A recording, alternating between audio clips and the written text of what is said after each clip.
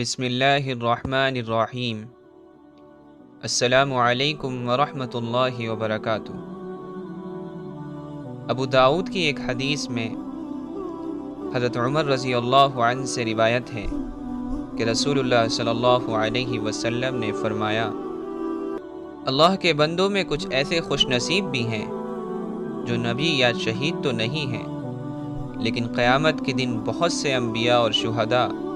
ان کے خاص مقام قرب کی وجہ سے ان پر رشک کریں گے۔ صحابہ نے عرض کیا، یا رسول اللہ، ہمیں بتلا دیجئے کہ وہ کون بندے ہیں۔ آپ نے فرمایا، وہ لوگ وہ ہیں جنہوں نے بغیر کسی رشتہ داری اور قرابت کے اور بغیر کسی مالی لین دین کے روح خدا بندی کی وجہ سے باہم محبت کی۔ بس قسم ہے خدا کی، ان کے چہرے قیامت کے دن نورانی ہوں گے، بلکہ سراسر نور ہوں گے، اور وہ نور کے منبروں پر ہوں گے۔ اور عام انسانوں کو جس وقت خوف و ہراس ہوگا، اس وقت وہ بے خوف اور مطمئن ہوں گے، اور جس وقت عام انسان مبتلا غم ہوں گے، وہ اس وقت بے غم ہوں گے۔ اور اس موقع پر آپ نے یہ آیت پڑھی،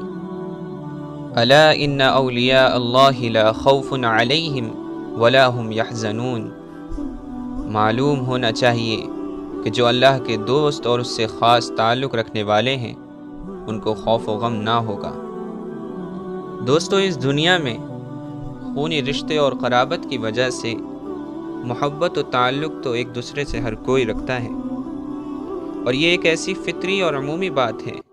جو انسانوں کے علاوہ جانوروں میں بھی پائی جاتی ہے۔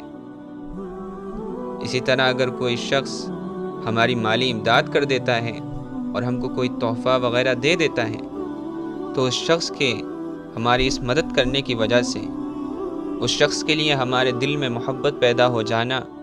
یہ بھی ایک فطری بات ہے جو کافروں، مشرکوں اور فاسقوں و فاجروں میں بھی پائی جاتی ہے۔ لیکن کسی رشتے اور قرابت کے بغیر اور کسی مالی لین دین اور کسی ہدیے اور تحفے کے بغیر محض اللہ کے دین کے تعلق سے کسی سے محبت کرنا ایک ایسی ایمانی صفت ہے جس کی اللہ تعالیٰ کے ہاں بڑی قدر و قیمت ہے، اور اس کی وجہ سے بندہ اللہ تعالیٰ کا خاص محبوب اور مقرب بن جاتا ہے، اور قیامت میں اس پر اللہ تعالیٰ کی ایسی نوازشیں ہوں گی کہ انبیاء اور شہداء اس پر رشک کریں گے۔